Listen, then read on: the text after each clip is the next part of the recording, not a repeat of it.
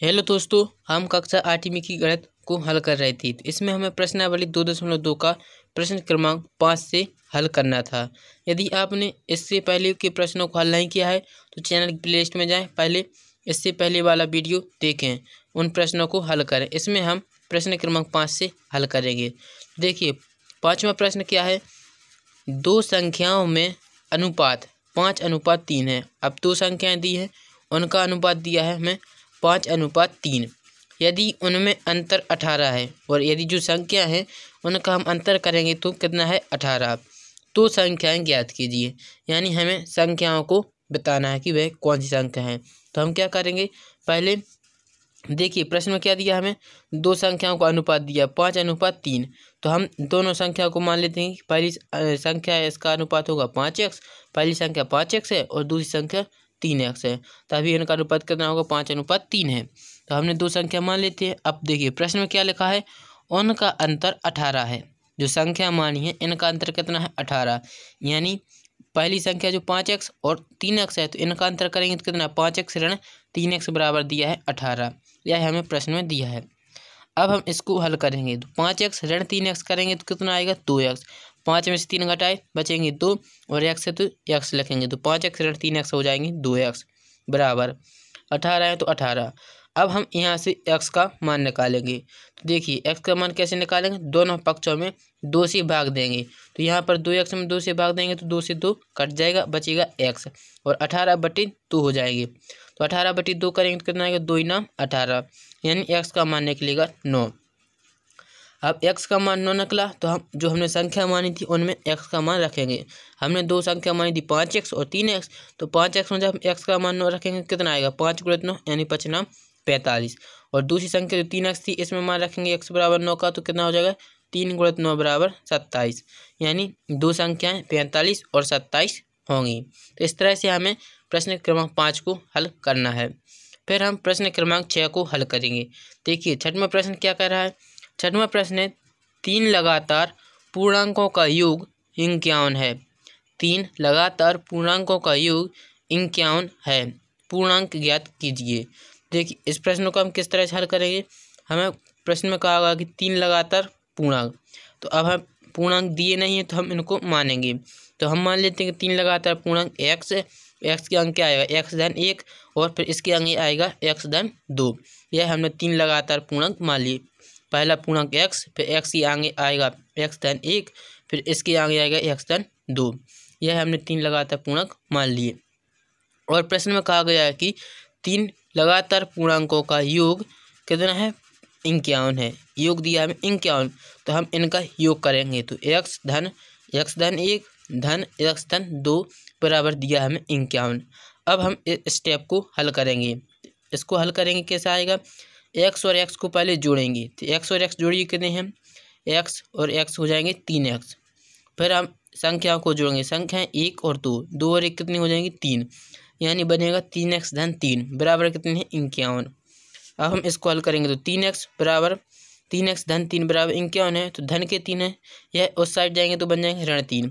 तो 51 में से 3 को घट जाएंगे, तो 51 में से 3 घटाएंगे कितने बचेगी 48, यानी 3x बराबर आएंगे 48। अब हमें यहाँ से x का मान निकालना है। तो x का मान कैसे निकालेंगे, 48/3, 3 से दोनों पक्षों में भाग देंगे तो 48/3 हो जाएंगे। कितना आएगा, इनको काटेंगे तो यह आएगा 3 × 3। 48 में जब हम 3 से भाग देंगे तो आएगा 3 × 3 बचेगा 1, फिर 3 × 18 यानी 16 आएगा। x का मान कितने आएगा 16। अब हम जो x का मान निकला, जो हमने 3 पूर्णांक माने थे x और x-1 और x-2, इसमें हम x का मान 16 रखेंगे। तो पहला पूर्णांक था x, यानी x का मान कितना है 16, तो पहला पूर्णांक 16 होगा। फिर दूसरा पूर्णांक माना था x-1, तो इसमें हम x का मान 16 रखेंगे तो कितना हो जाएगा 16 धन 1 यानी 17 हो जाएगा। फिर तीसरा x-2 था, इसमें हम x का मान 16 रखेंगे तो कितना हो जाएगा 16 धन 2 बराबर 18, यानी 3 पूर्णांक 16, 17 और 18 होंगे। तो इस तरह से हमें प्रश्न क्रमांक 6 को हल करना था। फिर प्रश्न क्रमांक 7 देखेंगे। तो 7वां प्रश्न लिखा है 8 के 3 लगातार गुणजों का योग 888 है। 8 के 3 लगातार गुणजों का योग 888 है, गुणजों को ज्ञात कीजिए। देखिए तो इस प्रश्न को हमें किस तरह से हल करेंगे। देखेंगे। हम सबसे पहले क्या करेंगे, 8 के 3 लगातार गुणज मानेंगे। तो हमने माने 8 के 3 लगातार गुणज क्या होंगे, 8x, 8x धन 1, 8x धन 2। यानी 8 के 3 लगातार गुणज मानने, जैसे हमने 3 पूर्णांक माने थे, x, x धन 1, x धन 2, उसी प्रकार इनके गुणज मानेंगे 8x, 8 कोष्टक में लिखेंगे x धन 1, 8 फिर लिखेंगे कोष्टक में x धन 2। गुणज है यानी गुणा, तो इनका गुणा करके लिखना है। और प्रश्न में दिया है कि इनका योगफल 888 है। प्रश्न में दिया है हमें कि इनका योगफल है, जो 3 लगातार 8 की गुणज है, इनका योगफल 888 है। तो हम क्या करेंगे, जो हमने 3 लगातार गुणज मानी है 8x, 8 कोष्टक में x धन 1 और 8 कोष्टक में x धन 2, तो इनका हम योग करेंगे और बराबर लिखेंगे 888। तो इनका फिर हम इसको हल करेंगे। तो 8x धन 8 कोष्टक x धन 1 को हल करेंगे तो कितना होगा, पहले हम 8 का गुणा x में करेंगे, फिर हम 1 में। तो 8 का गुणा x में करेंगे कितना आएगा, 8x धन लगा धन, फिर हम 8 का गुणा 1 में करेंगे तो कितना आएगा, 8 एकम 8, यानी 8x धन 8 बनेगा। फिर हम आगे हल करेंगे, धन लगा 8x धन 2 में गुणा करना है, 8 का गुणा x धन 2 में करना है। तो पहले 8x में करेंगे तो हो जाएगा 8x धन, फिर हम 2 में करेंगे 8 का गुणा, तो 8 दूनी 16 हो जाएगा, बराबर 888 है। अब हम देखो x वालों को जोड़ेंगे, तो x में कितनी 8x, 8x और 8x, इनको जोड़ेंगे तो कितना आएगा 24x। फिर संख्याओं को जोड़ेंगे तो 8 और 16, 8 और 16 कितनी बनेंगी 24, 8 और 16 24, और x बनेंगी 24x, 24x धन 24 हो जाएंगे, बराबर 888 पहले से ही थे। अब देखिए इसको हल करेंगे तो कितना आएगा, 24x बराबर 888 ऋण 24, धन के 24 हैं, इनको इस तरफ ले आएंगे तो कितना हो जाएगा, ऋण के 24, पक्षांतर कर दिया है धन के 24 का, तो इस तरफ आएंगे ऋण 24। अब देखिए 24x बराबर कितने हो जाएंगे, 888 में से जब हम 24 को घटाएंगे तो बचेगा 864, 888 में से 24 घटाएंगे कितना बचेगा, 864। अब हमें यहाँ से x का मान निकालना है, तो हम क्या करेंगे, 24 का पक्षांतर करेंगे या फिर दोनों पक्षों में 24 से भाग लगाएंगे, तो कितना आएगा, x बराबर हो जाएगी 864/24, 864/24। फिर हम इसको हल करेंगे, 864 में हमें 24 का भाग लगाना है, तो इसमें भाग लगाएंगे तो इसका उत्तर आएगा 36, यानी x का मान निकलेगा 36। अब हम क्या करना है, जो x का मान रखेंगे, 8 की 3 गुणज हमने मानी है जो, उनमें x का मान रखेंगे। तो हमने पहला गुणज माना था 8x, तो यहाँ पर x का मान कितना रखेंगे 36, तो 8 गुणज 36 हो जाएगा। तो 8 गुणज 36 करेंगे कितना आएगा 288। फिर दूसरा गुणज माना हमने 8 कोष्टक में x धन 1, तो इसमें हम x का मान कितना रखेंगे 36, तो हो जाएगा 8 गुणज कोष्टक में 36 धन 1, 36 और 1 कितने होंगे 37, यानी 8 गुणज 37।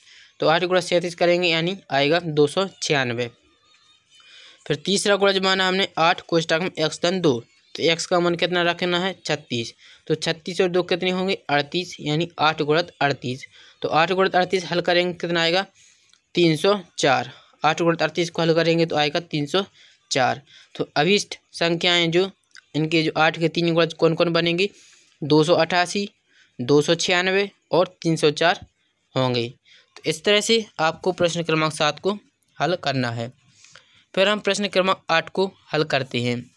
8वां प्रश्न है, 3 लगातार पूर्णांक बढ़ते क्रम में लेकर उन्हें क्रमशः 2, 3 तथा 4 से गुणा कर योग करने पर योगफल 74 प्राप्त होता है। तीनों पूर्णांक ज्ञात कीजिए। देखिए इस सवाल में हमें कहा गया कि 3 लगातार पूर्णांक बढ़ते क्रम में लेकर उन्हें क्रमशः 2, 3 तथा 4 से गुणा करके योग करने पर योगफल कितना आ रहा है 74। तो हम इसको पूर्णांक ज्ञात करना है, जो हमने पूर्णांक माने उनको ज्ञात करना है। तो इसको हम किस तरह से हल करेंगे, देखिए हम सबसे पहले 3 लगातार पूर्णांकों को मानेंगे। 3 लगातार पूर्णांक हमने माने x, x धन 1 और x धन 2। अब प्रश्न में कहा गया है कि इनको पहले हम लगातार किससे हल करना है, 2 से, 3 से और 4 से गुणा करना है। तो पहले पूर्णांक है x है, इसमें हम 2 से गुणा करेंगे तो बनेगा 2x धन। दूसरा पूर्णांक था x धन 1, इसमें हम किससे गुणा करेंगे 3 से, तो हो जाएगा 3 कोष्टक में x धन 1। फिर चौथा पूर्णांक माना x धन 2, इसमें हम 4 से गुणा करेंगे तो यानी बनेगा 4 गुणित x धन 2 बराबर कितना हो रहा है 74। इनका योगफल कितना हो रहा है 74। योगफल इनका दोनों का तीनों का योग किया और योगफल दिया है 74। अब हम इसको हल करेंगे। तो 2x धन 3 का गुणा जब हम x धन 1 में करेंगे तो कितना आएगा, पहले x में करना है तो 3x आएगा, फिर धन 3 का गुणा 1 में करेंगे तो आएगा 3 एकम 3, फिर धन लगाएंगे। फिर अब 4 का गुणा करना x धन 2 में, तो पहले हम 4 का गुणा x में करेंगे तो आएगा 4x धन, फिर हम 4 का गुणा 2 में करेंगे तो आएगा 4 दूनी 8 बराबर 74 थे। अब देखिए इसको हल करेंगे तो पहले हम क्या करना है, इसको x को जोड़ेंगे, x को जोड़िए, कितने हो जाएंगे 2x और 3x हुए 5x और 4x कितने हो जाएंगे 9x धन। अब हम संख्या को जोड़ेंगे, संख्या कितनी है 3 और 8, 3 और 8 कितनी हो जाएंगी 11, यानी संख्या बनेगी 9x धन 11 बराबर 74 पहले से। तो 9x धन 11 बराबर हो जाएंगे 74। अब हम धन के 11 हैं उसका पक्षांतर करेंगे तो कितनी बन जाएंगे, इस तरफ आएंगे तो भी बन जाएंगे ऋण के 11, यानी 9x बराबर हो जाएंगे 74 ऋण 11। तो 74 ऋण 11 करेंगे तो कितना आएगा 63, 74 में से 11 घटाएंगे तो आएगा 63, यानी 9x बराबर हो जाएगा 63। अब हमें x का मान निकालना है, तो हम 9 का पक्षांतर और करेंगे तो x बराबर बनेगा 63/9, x बराबर हो जाएगा 63/9। अब देखिए 63/9 है जो, यह किसी से कट रहे हैं कि नहीं, यह 9 से कट रहे हैं तो काटेंगे, तो 9 एकम 9, हर में 1 आ जाएगा और ऊपर 9 7 63, अंश काटेंगे तो आएगा 7, यानी x का मान निकलेगा 7, x बराबर आएगा 7। अब हम जो x का मान निकला यह हम जो 3 पूर्णांक माने थे उनमें रखेंगे। पहला पूर्णांक x था तो x का मान कितना था 7, तो x बराबर आ जाएगा 7। दूसरा पूर्णांक माना x धन 1, इसमें हम x बराबर 7 रखेंगे तो कितना आएगा 7 धन 1 यानी 8। फिर तीसरा पूर्णांक होगा x धन 2 यानी 7 धन 2 बराबर 9, यानी 3 पूर्णांक होंगे 7, 8 और 9। तो इस तरह से हमें प्रश्न क्रमांक 8 को हल करना है। अब हम प्रश्न क्रमांक 9 को हल करेंगे। देखिए 9वां प्रश्न क्या है, राहुल और हारून की वर्तमान आयु में अनुपात 5:7 है। राहुल और हारून है, इनकी वर्तमान आयु का अनुपात दिया है 5:7। 4 वर्ष बाद उनकी आयु का योग 56 वर्ष हो जाएगा। अब प्रश्न में कहा गया है कि 4 वर्ष बाद उनकी आयु का योग 56 वर्ष हो जाएगा। उनकी वर्तमान आयु क्या है यह हमें बताना है। तो देखिए इसको हम किस तरह से हल करेंगे। देखो हम मानते हैं कि राहुल की वर्तमान आयु 5x और हारून की वर्तमान आयु 7x, क्योंकि उसका अनुपात दिया हमें 5:7, तो हमने उनकी आयु मान ली वर्तमान आयु 5x और 7x। अब देखिए प्रश्न में लिखा है 4 वर्ष बाद उनकी आयु का योग 56 वर्ष हो जाता है। तो 4 वर्ष बाद यानी वर्तमान आयु में हम 4 को जोड़ेंगे, क्योंकि 4 वर्ष बाद लिखा। यदि प्रश्न में कहा हुआ होता कि 4 वर्ष पहले तो हम क्या करते, 5x ऋण 4 करते। अब लिखा है कि 4 वर्ष बाद तो हम 5x धन 4 करेंगे और हारून की आयु हो जाएगी 7x धन 4, क्योंकि दोनों की आयु 4 वर्ष बाद की कही गई है, 4 वर्ष बाद का योग बताया है। तो 5x धन 4 धन 7x धन 4 करेंगे, इनका योग करेंगे तो कितना है दिया है 56 वर्ष, दोनों की आयु का योग हो जाएगा 56 वर्ष 4 वर्ष बाद। तो 5x धन 4 धन 7x धन 4 बराबर है 56। अब हम इसको हल करेंगे, 5x और 7x जोड़ जाएंगे तो 5x और 7x कितने हो जाएंगे 12x, 5x और 7x को जोड़ेंगे तो हो जाएंगे 12x, और धन के 4 और धन के 4 कितने हो जाएंगे 4 और 4 8 बराबर 56 हैं। अब देखिए 12x धन की 8 है जो, इनका पक्षांतर करेंगे तो कितने हो जाएगा ऋण 8, यानी 12x बराबर होगा 56 ऋण 8। तो 12x बराबर 56 में से 8 घटाएंगे कितना आ जाएगा 48, 56 में से 8 घटाएंगे तो आएगा 48। तो अब यहाँ से हम x का मान निकालेंगे, तो 12 का पक्षांतर करेंगे तो कितना होगा x बराबर 48/12। अब जी 12 से कटेंगे तो 12 से कम 12, 12 चौकी 48, यानी x का मान आएगा 4, x बराबर कितना आ जाएगा 4। अब देखिए x का मान हम इनकी आयु में रखेंगे। राहुल की वर्तमान आयु कितनी थी 5x, तो 5x का मान कितना रखना है हमें 4, तो 5 गुणे 4 करेंगे तो कितना हो जाएगा 5 चौके 20, यानी राहुल की वर्तमान आयु है 20 वर्ष। और हारून की वर्तमान आयु हमने मानी थी 7x, तो x का मान रखेंगे 4 तो हो जाएगा 7 चौके 28, यानी हारून की वर्तमान आयु है 28 वर्ष। तो इनका उत्तर कितना आएगा, राहुल की वर्तमान आयु और हारून की वर्तमान आयु हमें बतानी थी, तो राहुल की वर्तमान आयु है 20 वर्ष और हारून की वर्तमान आयु है 28 वर्ष। तो इस तरह से हमें प्रश्न क्रमांक 9 को हल करना था। इसके आगे के प्रश्नों को हम अगले वीडियो में हल करेंगे। यदि आपको यह वीडियो अच्छा लगा हो, समझ में आया हो, तो चैनल को लाइक करें और सब्सक्राइब जरूर करें।